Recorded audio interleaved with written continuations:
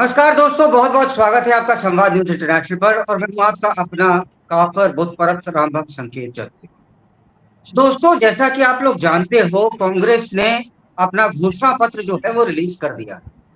हालांकि इस बात को 2 दिन हो गए, मगर खबर तक जब तह तक और ग्राउंड लेवल तक जा करके उसकी असलियत न निकले, तब तक मैं किसी भी निष्कर्ष पे पहुंचना इस खबर में उचित नहीं समझता था। कांग्रेस का घोषणा पत्र जब से निकला, जनता के बीच पहुंचा, पहुंचने के बाद में मैंने पाया कि जनता में खुशी की एक लहर दौड़ी हुई है। वो लोग बहुत ज्यादा खुश हैं। लोग बागों में ऐसी खुशी आज तक कभी देखने को नहीं मिली। हालांकि मैं आप लोगों को बताना भूल गया कि ये जो लोग हैं, ये पाकिस्तान के लोग हैं, ये भारत के नहीं हैं। इस्लामाबाद में बाकायदा जश्न मनाया गया था कि गजवा हिंद लागू होने वाला है। इस सब पे बातचीत करने के लिए सबसे पहले मैं इनवाइट करता हूं डॉक्टर अविरल मलिक जी को। अविरल मलिक जी, ऐसा इस घोषणा पत्र में आप बताओ क्या है जो आप नहीं दे पाए, जो पाकिस्तान की पूरी जनता खुशियां मना रही है। जी, बहुत बहुत धन्यवाद। देखिए, जहां तक हमारा प्रश्न है भारतीय जनता पार्टी का, तो भारतीय जनता पार्टी ने जो काम किए हैं वो नजर आ रहे हैं ऑन ग्राउंड, और जो रियलिटी है उसको देखना बहुत आवश्यक है। कुछ लोग इस प्रकार का एजेंडा चलाने की कोशिश कर रहे हैं जो कि बहुत दुखद है। ये असल में परसेप्शन वर्सेस रियलिटी हो रहा है। आजकल परसेप्शन गलत बनाया जा रहा है जनता के बीच में। कुछ लोग हैं जो क्रिएट करने की कोशिश कर रहे हैं और हिंदू मुसलमान की वो बात कर रहे हैं, और भारतीय जनता पार्टी को बेबुनियाद तरीके से बिना किसी बिना किसी आधार के कटघरे में खड़ा करने का प्रयास कर रहे हैं, जो कि बिल्कुल सही नहीं है। भारतीय जनता पार्टी ने हमेशा जनता के लिए काम किया है और हर वर्ग के लिए हमने काम किया है। हम मुसलमानों के लिए भी करते हैं, हिंदुओं के लिए भी करते हैं, लेकिन ये हिंदुओं के लिए नहीं करते हैं। कांग्रेस के लोग कहते हैं कि मुसलमानों का पहला अधिकार है देश के संसाधनों पर। ये मैं नहीं कह रहा हूं, ये डॉक्टर मनमोहन सिंह जी के द्वारा उस समय प्रधानमंत्री रहते हुए कहा गया था। अविरल जी, आज बात कांग्रेस के घोषणा पत्र की हो रही है। जैसे प्रधानमंत्री जी ने हमारे प्रधानमंत्री जी ने, मतलब एक्चुअली क्या है, इतना कंफ्यूजन हो रहा है कि मैं पाकिस्तान के प्रधानमंत्री तक भी पहुंच गया था। बात यह है कि नरेंद्र मोदी जी ने कहा कि ये मुस्लिम लीग का चार्टर ज्यादा लगता है, कि ये मुस्लिम लीग का एक तरह से कह दीजिए, मतलब कांग्रेस मैनिफेस्टो, ये कांग्रेस का घोषणा पत्र नहीं है, एक मुस्लिम लीग का एक अपना ओपिनियन सा लगता है। जो वो पहले कर रहे थे वो ही आज लागू करने की कोशिश करी गई है। तो खैर, मैं रोहित रोहन जी के पास पहले आता हूँ। रोहित जी, ऐसा क्या है इस पूरे मैनिफेस्टो में जो इतना मतलब एक तरह से अगर आप पूछे, ये न्याय पत्र इन्होंने नाम दिया है। ये न्याय पत्र कम है, लेकिन ये विवादास्पद पत्र ज्यादा है। और न्याय से राहुल जी को बड़ा प्रेम है। न्याय यात्रा, भारत जोड़ो न्याय यात्रा, ये सभी लोग कर रहे हैं। लेकिन क्या, एक शायद मेरा क्वेश्चन पूरा जान दीजिए, क्या जैसा ये मैनिफेस्टो पढ़ा हमने, ये पढ़ने के बाद कहीं ये तो नहीं लगता कि इन लोगों का न्याय जो है वो हिंदुओं के लिए, जो इन्होंने खुद कहा मेजोरिटी के लिए, बहुसंख्यकों के लिए, वो नहीं है? Sir please. ठीक है, सबसे पहले तो आपके सभी दर्शकों को मेरा नमस्कार है। डॉक्टर अविरल जी, आपका नमस्कार है, और संकेत जी, आपका बहुत बहुत धन्यवाद। एक वृक्ष की मजबूती को कैसे देखा जाता है, उसके जड़ से उसकी मजबूती का अंदाजा लगाया जाता है। जैसे आप सुनते होंगे 200 साल पुराना बरगद, 300 साल पुराना बरगद। तो आपको सबसे पहले कांग्रेस का नहीं, जो अभी का नेतृत्व है उसके जड़ को आपको देखना पड़ेगा। जो इंदिरा गांधी का नेतृत्व था, जो इंदिरा गांधी जिस तरीके से सोचती थी और जिस तरीके से चलती थी, वो तो बहुत ज़्यादा मुसलमानों के प्रति उनका इस तरह का नहीं था। राजीव गांधी का भी इतना ज़्यादा नहीं था, वो भी लगभग बैलेंसिंग ही चलते थे। जब से सोनिया गांधी के हाथ में कांग्रेस आया है, तब से आप देखेंगे धीरे धीरे ये पार्टी जो है वो खास कम्युनिटी की पार्टी होती जा रही है। और इसके लिए आपको सोनिया गांधी के परवरिश को समझना होगा। देखिए, बुरा मानने वाली बात नहीं है। सोनिया गांधी एक ईसाई धर्म में पैदा हुई। ईसाई लोग इंडिया में माइनॉरिटी में है, तो पहले दिन से सोनिया गांधी का जो झुकाव था वो माइनॉरिटी की तरफ था। उनका बेटा हो गए राहुल गांधी। राहुल गांधी ने तो अपना बचपन में ही अपने पिता को खो दिया, तो वो अपनी माँ के ही कल्चर को अडॉप्ट करते चले गए। आज मैं ये बोलते हुए बिल्कुल मुझे झिझक नहीं है कि मैंने एसडीपीआई और कई सारे उसके तरह के नेताओं का स्टेटमेंट टीवी पे सुना, आज तक पे मैंने देखा डिस्कशन पे बोलते हुए, जिसमें वो बोल रहे थे कि भाई राहुल गांधी के मन के अंदर जो थोड़ा बहुत हिंदुत्व वगैरह आ गया था 2014 के बाद और 2019 के इलेक्शन जीतने के बाद वो धीरे धीरे वो निकल गए हैं और वापस वो उसी ढर्रे पे आ गए हैं जहां वो चाहते थे कि वो आ जाए, यानी कि कंप्लीट वन साइडेड मुस्लिम तुष्टीकरण की तरफ। अब जो बात है, अब हम आते हैं आपके मुद्दे पे, मैनिफेस्टो पे। इस मैनिफेस्टो को अगर ढंग से देखा जाए तो इससे ज्यादा विवादित मैनिफेस्टो तो पाकिस्तान में लागू नहीं होता है। आज पाकिस्तान में भी ट्रिपल तलाक अलाउड नहीं है, आपको पता है कि नहीं? पाकिस्तान में बैन है। लेकिन वो बोल रहे हैं कि भाई वो लेकिन अगर इनका देखें तो ये बोल रहे हैं कि पर्सनल लॉ को दोबारा से एस्टेब्लिश करेंगे। अरे तो पर्सनल लॉ तो पहले से है भारत में, तो दोबारा से एस्टेब्लिश करने का मतलब है कि दोबारा से ट्रिपल तलाक को और इस सब को रिवाइज करना। तो एक चीज जो सबसे ज्यादा कांग्रेस को समझने की जरूरत है कि ये एक धर्म की कंट्री नहीं है, यहाँ पे बहुत धर्म के लोग हैं। और आपको ये भी बता दूं कि विश्व में जब इजराइल के लोगों को कहीं भी जगह नहीं मिली थी रहने के लिए, संरक्षण नहीं मिला था, तो भारत ने संरक्षण दिया था। और वो यहाँ पे जब आए थे तो भारत में पहले से इतनी पॉपुलेशन थी, तो यहाँ के राजाओं ने कहा था कि तुम दूध में चीनी की तरह घुल जाओगे। ये हमारा देश है जहाँ पे हम सबका स्वागत करते हैं। जी जी। तो इस तरह का मैनिफेस्टो बना के कांग्रेस अपने पैर में कुल्हाड़ी मार रही है। और आज के डेट में मुझे लगता है कि जो पढ़ा लिखा मुसलमान है वो इस तरह के मैनिफेस्टो में विश्वास नहीं रखेगा, और खासकर जो मुस्लिम बहुल औरतें हैं उनके तो ये बिल्कुल अगेंस्ट है।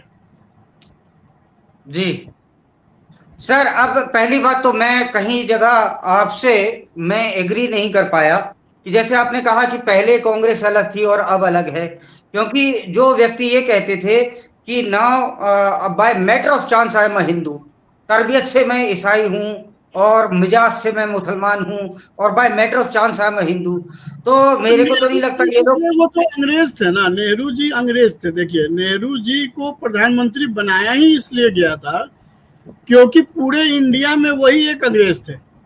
वो बाहर से ब्रिटिश से पढ़ के आए थे, इसलिए उनको उसके ऊपर ट्रस्ट था। तो ये एक लंबा डिबेट है, हम उस पर नहीं जाते हैं क्योंकि बात आपने कहा कि अब मैं ये कह रहा हूं सर, ये सिंस 1921 से जब मोपला राइट्स हुए थे तब से अब तक यही होता आया है।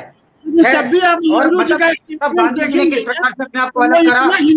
गांधी ने क्या, मतलब नेहरू जी ने क्या करे तो मैंने बता ही दिया। फिर उसके बाद में क्या हुआ, उसके बाद में भी मैंने आपको बताया। उसके बाद में भाई सेक्युलरिज्म नाम का शब्द 1975 में इमरजेंसी के दौरान ऐड करा गया, और उसका हम आज तक सुनते हैं कि नहीं सेक्युलरिज्म ये, सेक्युलरिज्म वो, और वो सेक्युलरिज्म हिंदू विरोध का एक मंच बन गया था। अब बात यह है, जैसे कि इसमें इन्होंने कहा है कि जुडिशरी में ज्यादातर जजेस को जो पोस्ट हैं वो मुसलमानों को दी जाएंगी और छात्रवृत्ति इस तरह से जाएगी। तो अब और तो और ये इन लोगों ने और भी कहा है कि रिजर्वेशन टू मुस्लिम। तो ये मैं जानना चाहता हूं कि ऐसा तो कहीं नहीं हो रहा कि अविरल जी जवाब दे इस बात का, क्योंकि वो स्वयं एक लॉयर भी हैं। अविरल जी ये बताइए कि ये जो इनका न्याय पत्र या मैनिफेस्टो है, जो अन्याय पत्र ज्यादा लगता है हिंदुओं के लिए, ये कहीं ना कहीं अगेंस्ट द कॉन्स्टिट्यूशन ही है। आप जाति धर्म के आधार पर ऐसे किसी को रिजर्वेशन दे रहे हो।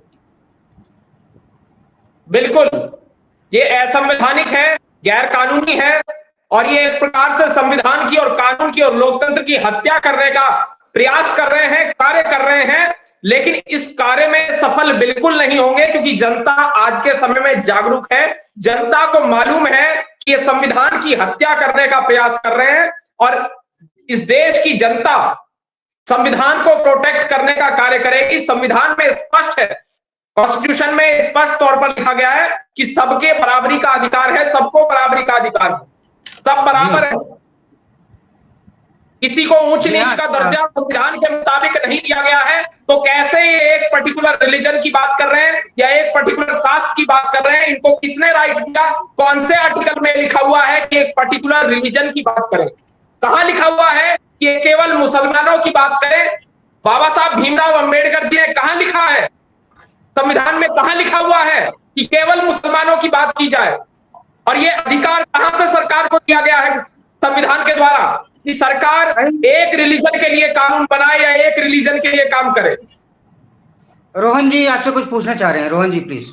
नहीं, मैं पूछना नहीं चाहता, मैं एड ऑन करना चाह रहा हूँ कि देखिए 50% से ज़्यादा आरक्षण बढ़ाने का जो कांग्रेस ने वादा किया अपने घोषणा पत्र में, ये तो कम्प्लीटली खोखला वादा ही साबित हो सकता है। अगर कांग्रेस आ भी जाती है, मान लेते हैं 1% के लिए, क्योंकि फ्यूचर तो किसी ने देखा नहीं है, तो भी उसमें संविधान में संशोधन करने के लिए जितने सीट चाहिए कांग्रेस को, ये तो तय है कि 400 से ज्यादा सीट तो कांग्रेस को आ नहीं सकता है।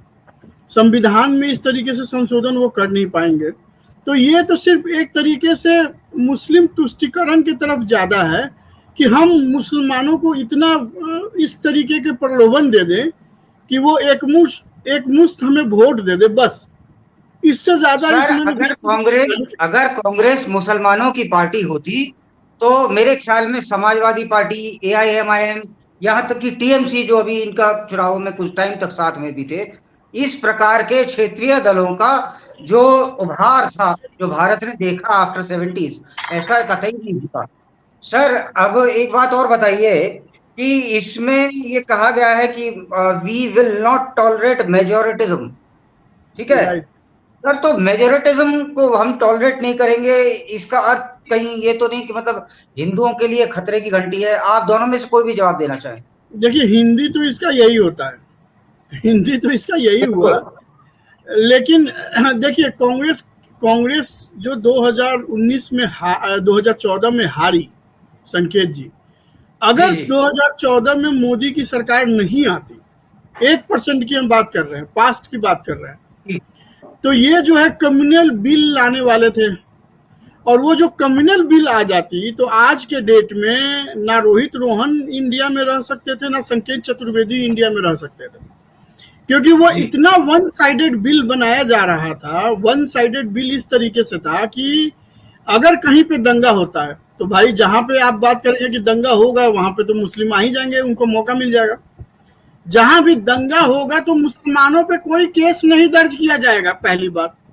सारा केस हिंदुओं पे दर्ज किया जाएगा। अगर उसमें मुसलमान का कोई रोल निकलता भी है तो मुसलमान को सजा नहीं दी जाएगी, लेकिन अगर हिंदू का रोल नहीं भी निकलता है तो भी हिंदू को सजा दी जाएगी। और जितना भी नुकसान होगा उस दंगे में, एक सेकंड पूरा करने दीजिए, उसकी पूरी भरपाई हिंदू करेगी। तो कहने का मतलब यह है कि एक तो पहली बात कि मोदी जी का सरकार आया 2014 में, ये तो हमारे लिए एक वरदान था, भारत के लिए वरदान था, ठीक है। इससे जो सर एक इसी से मतलब अलग नहीं, इसी में ही जोड़ के प्रश्न पूछता हूं। मान लीजिए, एक हाइपोथेटिकली कह रहा हूं, एक लड़की है, उसका बलात्कार हो जाता है, कोई XYZ व्यक्ति कर देता है जो कि तथाकथित माइनॉरिटी से है, जो कि माइनॉरिटी है भी नहीं। भाई माइनॉरिटी अगर मान लीजिए फारसी है या कोई व्यक्ति ज्यू है, वो बोले कि मैं माइनॉरिटी हूं, तो मैं मान सकता हूं कि हाँ भाई ये व्यक्ति बात सही बोल रहा है, ये माइनॉरिटी है, ये तो सेकंड लार्जेस्ट पॉपुलेशन है। तो कोई मेजॉरिटी की लड़की का बलात्कार होता है, कोई तथाकथित माइनॉरिटी वाला कर देता है, तो इस बाद में दंगा होता है, तो दंगे में जो कुछ भी मतलब भरपाई होगी, सजा होगी, वो सब मिला करके वो मेजॉरिटी वाले को ही भरनी पड़ेगी। क्या ये बात सही है? बिल्कुल यही सही है। ऐसा हुआ और ये न्याय पत्र अगर भारत में आ जाता है, वैसे तो बिल्ली के ख्वाब में छीछड़े ही दिखते हैं, आता तो है, मेरे को तो नहीं लगता आएगा। अगर आ जाता है तो क्या हिंदू वाकई इस देश में रह भी पाएगा? बोलिए डॉक्टर साहब। जी मेरी आवाज आ रही है संकेत जी? हाँ बिल्कुल जी। देखिए, इन्होंने जो घोटाले किए हैं उस विषय पर आपको देखना चाहिए। ये भ्रष्ट लोग हैं, सारे चोर हैं, और आरोप हमारे ऊपर लगा रहे हैं। और हिंदुओं की जहां तक बात है, हिंदू समुदाय की जहां तक बात है, तो हिंदुओं के खिलाफ प्लानिंग करना इनकी आदत है, पुरानी आदत है इनकी। हिंदू धर्म के खिलाफ किस प्रकार से षड्यंत्र रचा जाए, कांग्रेस पार्टी माहिर है, और साथ में समाजवादी पार्टी को भी आप जोड़ लीजिए। ये दोनों पार्टियां हैं तो हिंदू विरोधी हैं, सनातन विरोधी हैं, और पूरा घमंडिया गठबंधन, पूरा एंटी गठबंधन सनातन विरोधियों का गठबंधन है। सारे राम विरोधी, सनातन विरोधी, राष्ट्र विरोधी पाकिस्तान के पक्ष में बोलने वाले लोग, सेना पर सवाल उठाने वाले लोग एक मंच पर आए हैं। तो लुटेरे सारा भ्रष्टाचार करने के बाद एक मंच पर आए हैं, उसके बाद कह रहे हैं कि हम देश के लिए कार्य करना चाहते हैं और संविधान को बचाना चाहते हैं। ये मुझे समझ में नहीं आ रहा है, ये भ्रष्ट लोग कौन सा संविधान बचाना चाहते हैं? क्या इनका कोई अलग संविधान है? क्योंकि ये भ्रष्टाचार को बढ़ावा देने वाला संविधान, मुझे तो मालूम नहीं है कौन सा संविधान है। ये भ्रष्टाचार को बढ़ावा दे रहे हैं। दूसरी बात, ये संविधान संविधान चिल्ला रहे हैं। जो जेल जाता सबसे पहले संविधान है, ये संविधान शरिया से जरूर प्रेरित है, इसमें कोई दो राय नहीं। आप प्रवक्ता हैं, आप पता नहीं बोल पाए ना बोल पाए, आपकी सीमाएं मैं स्वयं भी समझता हूं। रोहित जी, आपको नहीं लगता ये जो घोषणा पत्र, न्याय पत्र, अन्याय पत्र, जो भी ये ड्रामा आया है, ये वाकई हिंदुओं के लिए खतरे की घंटी तैयार करने में, मेरे को तैयार करने में एक लॉबी रही होगी, एक लॉबी रही होगी, एक स्पेशल वर्ग के लोग रहे होंगे, उन्होंने ही इस मैनिफेस्टो को तैयार किया होगा। और सबसे मजेदारी की बात यह है, कांग्रेस इलेक्शन कमीशन में गई है शिकायत लेके भारतीय जनता पार्टी की, कि मतलब सूप तो बोले, अब छन्नी भी बोले, और बोलने वाली छन्नी कौन? सुप्रिया श्रीनेत बोल रही है, बोलते हैं। और सुप्रिया श्रीनेत की जहां तक बात है, सुप्रिया श्रीनेत ने कंगना रनौत जी के संबंध में क्या कहा था वो सबको मालूम है। इसीलिए कांग्रेस पार्टी कम से कम महिला सुरक्षा, नारी सशक्तिकरण की बात कम से कम ना करे तो बहुत अच्छा है। और ये राष्ट्र के पक्ष में बोलने वाले लोग नहीं है, ये राष्ट्र के खिलाफ बोलने वाले लोग हैं। और ये संविधान के ऊपर बोल रहे हैं तो ये इमरजेंसी के ऊपर जरा कुछ बोल दे, ये नेशनल हेराल्ड के ऊपर बोल दे, बोफोर्स घोटाले के ऊपर बोल दे, क्यों नहीं बोल रहे? इनके मुंह में दही जमी हुई है अब। ठीक है, जो आपका सवाल था कि क्या ये हिंदुओं के लिए ठीक है या नहीं है, देखिए बट ऑब्वियस है कि हिंदुओं के लिए क्या, ये तो मुसलमानों के लिए भी ठीक नहीं है। आप मुझे बताइए संकेत जी, चाहे आप कितना भी रूढ़िवादी क्यों ना हो, अगर आपकी बहन की शादी, मैं एक एग्जांपल के लिए बता रहा हूँ कि कोई भी मुस्लिम है, मान लेते हैं कि XYZ मोहम्मद साहब हैं, वो चाहते हैं कि उनकी बेटी या उनकी बहन को जो है ट्रिपल तलाक से गुजरना पड़े, हलाला से गुजरना पड़े, क्या वो चाहते हैं? नहीं चाहते हैं। कोई भी मुसलमान ये चाहेगा कि उसकी बहन या उसकी बेटी क्या इस तरह के प्रोसेस से गुजरे? नहीं चाहेगी। तो कहीं ना कहीं ये लोग दूसरे के लिए चाहते हैं कि भाई दूसरे के साथ हो जाता है तो मुझे कोई फर्क नहीं पड़ता है, हम तो इस्लाम को बचा रहे हैं। लेकिन अगर कोई भी सरकार, चाहे वो पाकिस्तान की ही क्यों ना हो, चाहे वो इजराइल की ही क्यों ना हो, चाहे वो दुबई का ही क्यों ना हो, अगर उसने इस कानून पे रोक लगाया है, इस शरीयत कानून पे रोक लगाया है, तो वहाँ की जनता खुश है। और वही बात है कि यहाँ पे जो औरतें हैं वो खुश हैं।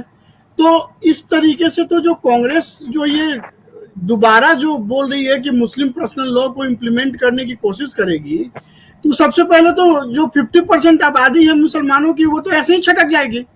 अगर हम मान भी लेते हैं कि इंडिया में मुसलमानों का 15% का वोट है, जबकि मैं मानता नहीं हूँ, उनकी वोट 30% से ज्यादा है, सारे हिडन है, वो जनसंख्या ठीक से कैलकुलेटेड नहीं है। तो 15% तो उसमें लेडीज होगी ना भाई, 50% तो हिंदू आबादी होगी, औरत की आबादी होगी ना उसकी। तो 15% का अगर 7% भी छटक जाता है, हम उसका भी 50% ले लेते हैं, तो वो एड ऑन तो बीजेपी को ही हो रहा है ना। तो कहीं ना कहीं कांग्रेस इस बात को समझने में फेल है कि वो सिर्फ 7.5% वोट को ही कैदर कर पा रही है। क्योंकि अगर हम मान लेते हैं कि भारत के टोटल 30% मुसलमानों में 15% रूढ़िवादी और 15% आजाद सोच के हैं, तो वो आजाद सोच के तो 15% वोट निकला इसके हाथ से, तो बचा तो सिर्फ 60% ना मुस्लिम वोट। लेकिन इसमें कैच करने वाली बात क्या है, क्यों ये 7.5% भी इनके लिए इम्पोर्टेंट है? क्योंकि अगर ये वोट नहीं देंगे तो कांग्रेस को वोट क्या देगा फिर? तो ये तो 45 क्या, मुझे लगता है कि 10 सीट भी ना जीत पाए। सर, तो मूल बात तो ये है कि किसी ना किसी ने तो ये तथाकथित न्याय पत्र बनाया ही होगा, और उस पे जो प्रश्न है वो ये उठता है कि कहाँ से आते हैं ऐसे लोग। ठीक है, नहीं, भारत की ग्राउंड रियलिटी नहीं पता। इसी को मैं जस्टिफाई कर रहा था जब मैंने अपना ओपनिंग स्टेटमेंट दिया था कि राहुल गांधी का जो समझ है धर्म के बारे में, या राहुल गांधी की जो समझ है भारत के बारे में, वो मुझे लगता है कि 10वीं के बच्चे से भी कम है। या तो मुझे लगता है कि इस देश में अगर कोई सबसे ज्यादा शोषित बच्चा है तो वो राहुल गांधी है, क्योंकि फर्स्ट डे से सोनिया गांधी ने उनको प्रधानमंत्री बनाने की ऐसी कसम खा ली, उनके ऊपर प्रधानमंत्री बनाने का क्वालिफिकेशन या उसकी क्वालिटी ऐसे थोपने की कोशिश करी, और उसके सामने आगे मोदी जी जो 45 साल के खेले खिलाए थे, 15 साल तक उन्होंने आरएसएस को सर्व किया, 15 साल तक गुजरात के मुख्यमंत्री रहे, उसके बाद 10 साल भारत के प्रधानमंत्री रहे। अब उनके सामने खड़ा हो गया पहाड़। अब ये चूहा जो है वो कितना बिल खो दे। अब ये पूरे चूहा के ऊपर सोनिया गांधी ने जो है राहुल गांधी के ऊपर प्रधानमंत्री बनने का एक ऐसा बोझ थोप रखा है। मुझे तो लगता है कांग्रेस को सबसे पहले सोनिया गांधी पे हैरेसमेंट का केस डालना चाहिए, क्योंकि अगर सबसे ज्यादा आप फंस रहे हैं, सबसे ज्यादा अगर भाई मेरी भी संवेदना है राहुल गांधी के प्रति, और मुझे भी लगता है कि हैरेसमेंट का केस लगा चाहिए सोनिया गांधी के खिलाफ।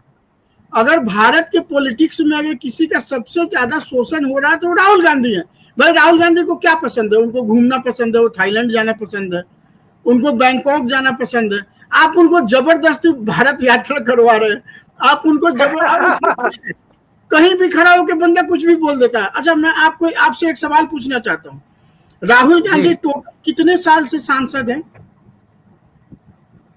15। ये 20 साल से होंगे मेरे ख्याल से। मेरे ख्याल से 15 शायद 15 साल से हैं। आप मुझे पिछले उनके शुरुआती 7 साल का एक भाषण निकाल के सुना दीजिए, एक मीडिया के साथ प्रेस या डिस्कशन निकाल के दिखा दीजिए। पहले तो 7 साल तक 8 साल तक उनको बोलने ही नहीं दिया गया, क्योंकि नहीं मैं आपको बता रहा हूँ, मैंने मीडिया का खुद सुना है। 2008 की बात थी, और ये क्या नाम है, अजय माकन जी कर रहे थे प्रेस कॉन्फ्रेंस, तो वहां पे वो कुछ मनमोहन सिंह जी का बता रहे थे। तब राहुल जी आए, प्रधानमंत्री के विषय में बात चल रही, वो कह रहे मैं इसे फाड़ के फेंक दूंगा डस्टबिन में। भारत के प्रधानमंत्री का के नोटिस को कह रहा मैं डस्टबिन में फेंक दूंगा।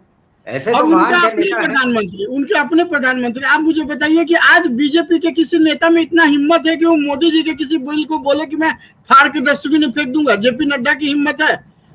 किसी की हिम्मत नहीं सर। यहाँ बात अलग है। मोदी जी एग्जैक्टली घर के बड़े से हैं, मतलब देश के लिए। मैं डिसिप्लिन की बात कर रहा हूँ, नहीं, मैं पार्टी डिसिप्लिन की बात कर रहा हूँ। आप उसको गलत एंगल में मत ले जाइए।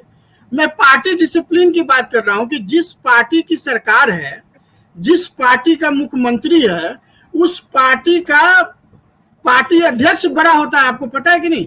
सोनिया गांधी बड़ी थी और मनमोहन सिंह उनके सामने कुछ भी नहीं थे। तो आज अगर बीजेपी की अगर पार्टी अध्यक्ष जेपी नड्डा, अगर जेपी नड्डा चाहे तो वो प्रधानमंत्री बदल सकते हैं। आपको पता है कि नहीं? लेकिन क्या आप बताइए कि क्या ऐसा डिसिप्लिन है बीजेपी में? है किसी नेता में इतनी हिम्मत कि वो मोदी जी को बोले कि भाई तुमने जो ये बिल दिया है मैं इसे फाड़ देता हूँ? मैं डिसिप्लिन की बात आप फाड़ सकते हैं क्या? ये सवाल का जवाब तो अविरल जी आप बेहतर दे सकते हैं। हम डिसिप्लिन्ड लोग हैं, इस बात को समझना बेहद आवश्यक है।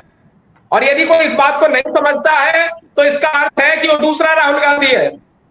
ठीक है, और यही मैं बोलना चाह रहा था, जो इन्होंने कहा ना, यही वर्ड मैं सुनना चाह रहा था, डिसिप्लिन। और डिसिप्लिन कैसे आता है चतुर्वेदी जी, आप बताइए मुझे, डिसिप्लिन कैसे आता है?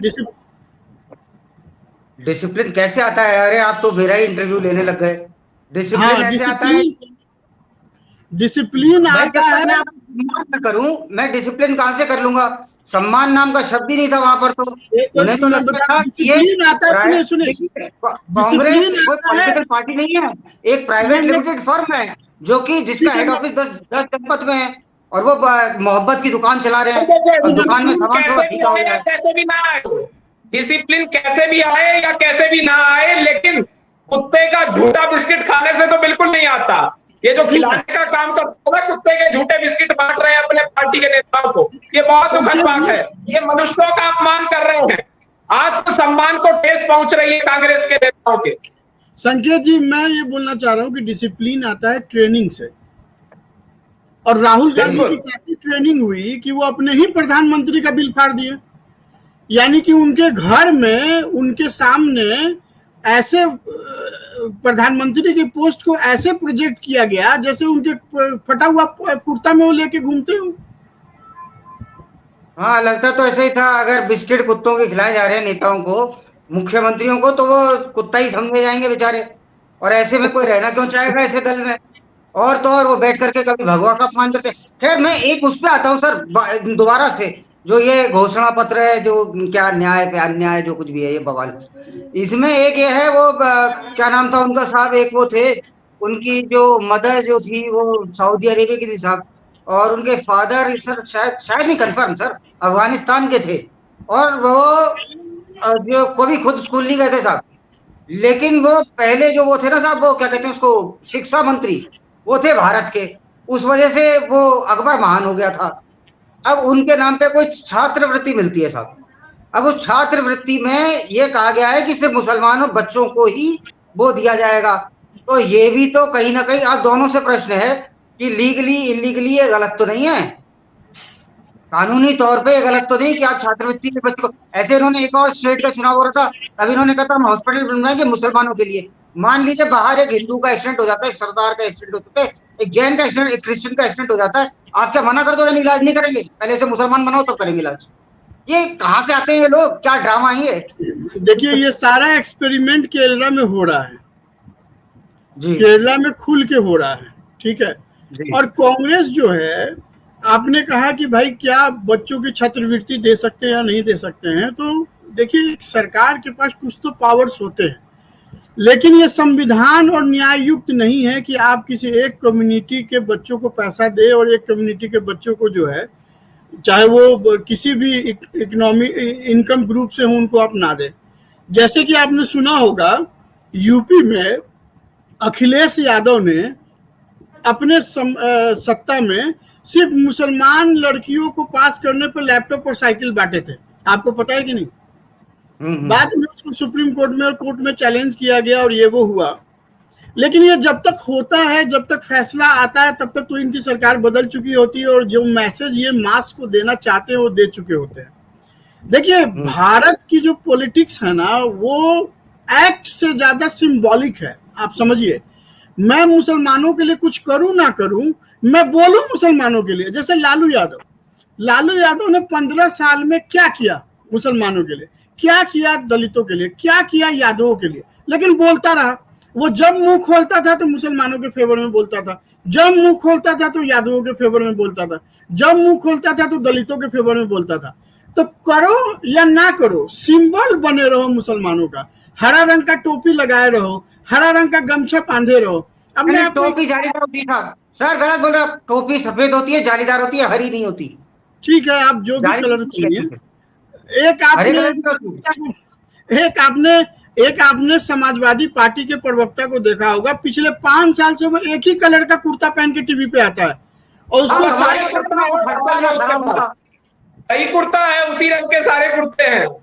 हाँ, और उसको जो है हरा तोता के नाम से मीडिया वाले बुलाते हैं, लेकिन उसको शर्म नहीं आता। क्योंकि वो शर्म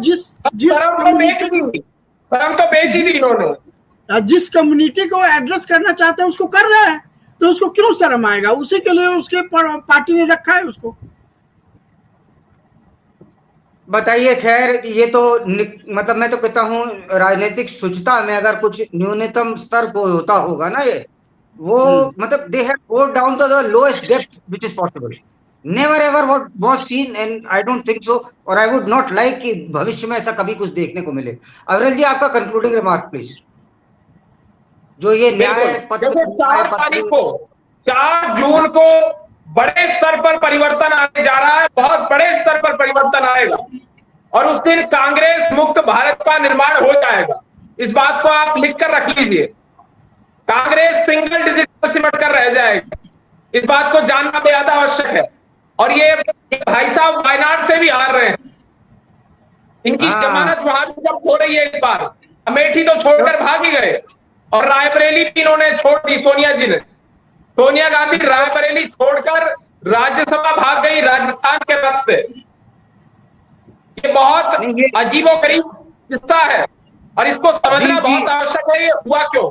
ये हुआ इसलिए क्योंकि पार्टी नेताओं ने ग्राउंड लेवल से जिस प्रकार के वहां नतीजे आने वाले थे उसका आकलन इन्हें हो गया। जो नीचे से रिपोर्ट आई उसको समझ गए। जो इनके कार्यकर्ता हैं उन्होंने रिपोर्ट भारत का निर्माण होना तय है और रायबरेली की सीट भी जा रही है, अमेठी की सीट भी जा रही है। इसी कारण से अमेठी और रायबरेली दोनों छोड़कर भागे। और उत्तर प्रदेश में रायबरेली और अमेठी छोड़ करके भाग गए, एक चुनाव नहीं लड़ रहे और इनने देश को आजादी दिलाई थी, अंग्रेजों से ही लड़े थे। पता नहीं खैर कितना लड़े थे, अब तो नहीं लड़ते थे। एओ ह्यूम के द्वारा इसको बनाया गया था। कांग्रेस पार्टी का गठन किसके द्वारा किया गया? किसी भारतीय के द्वारा नहीं किया गया, विदेशी के द्वारा किया गया, एओ ह्यूम के द्वारा किया गया। जी अब उसका आंकड़ा आप अपने आधार पर कर ही सकते हैं। आप काफी समझदार हैं कि विदेशी ने बनाई है, तो आप उसके आधार पर इस कांग्रेस पार्टी का आकलन कर लीजिए। और इन्होंने घोटाले किए हैं, देश का पैसा लूटकर विदेशों में उतारने का काम किया है, टैक्स पेयर का पैसा लूटा है। ठीक है रोहित रोहन जी, आपका कंक्लूडिंग रिमार्क। मैं शॉर्टकट में जवाब देना चाहता हूं। देखिए, चाहे कोई भी सर्वे हो, मैं 400 के झंझट में तो नहीं पड़ूंगा क्योंकि मैं बीजेपी का प्रवक्ता नहीं हूं, लेकिन इतना तय है कि सरकार तो मोदी जी का ही बनेगा। तो ये चाहे कांग्रेस न्याय पत्र निकाल दे, श्वेत पत्र निकाल दे, संविधान बचाने का पत्र निकाल दे, या अपने आप को मुस्लिम लीग ही नाम रख ले, नाम ही बदल ले, कुछ भी कर ले, इस इलेक्शन में तो वो मोदी जी को हराने जाने से रहे। और सिर्फ इसी इलेक्शन में नहीं संकेत जी, मैं आपको एक 100 रुपए के स्टाम्प पेपर पे दे सकता हूँ। मैं कई सारे चुनाव का प्रभारी रह चुका हूँ और स्टेट्स का प्रभारी रह चुका हूँ। मैं गारंटी दे रहा हूँ कि ये इलेक्शन नहीं, अगला इलेक्शन भी कांग्रेस से बहुत दूर है। हो सकता है कि वो बहुमत का मार्क चाहे वो ज्वाइंटली पार करे अगली बार, या जो भी करे, इस बार तो सिंगल हैंडेडली पार कर सकते हैं, या कंबाइंडली तो वो कर ही रहे हैं। जो इनका एनडीए है वो तो कर ही रहा है, अगली बार भी कर रहा है एनडीए। तो ये 10 साल की तो अगला 10 साल तो कांग्रेस कहीं भी नहीं है। कांग्रेस को ऐसा पत्र बनाना चाहिए जो अगले 10 साल के बाद जो चुनाव होगा उसमें कांग्रेस मुसलमानों के लिए क्या करे, उसको अब जो है तैयारी करनी चाहिए। सर, चलते चलते एक आखिरी प्रश्न, और ये जनता से भी है, और जनता चाहे तो हमें जवाब दे दे।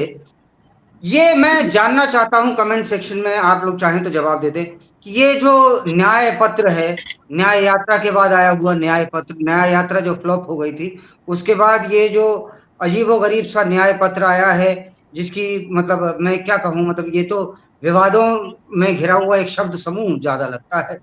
ये न्याय पत्र कहीं हिंदू मुसलमान के बीच में खाई बढ़ाने वाली चीज तो नहीं है? इसकी वजह से कहीं ऐसा तो नहीं होगा कि देश एक अलग ही मार्ग पे चलेगा जहां दंगे हों, जहां वोट का फिर पोलराइजेशन हो, जहां मुस्लिम वोटों का इन लोगों को फायदा हो? अर्थात इन लोगों के लिए बड़ा क्या है, आप हैं या कुर्सी है? ये बात आप लोग जरूर सोच के मुझे बताइएगा, मैं इंतजार करूंगा। आज के कार्यक्रम में बस इतना ही। धन्यवाद, जय श्री राम, और सभी पैनलिस्टों को धन्यवाद।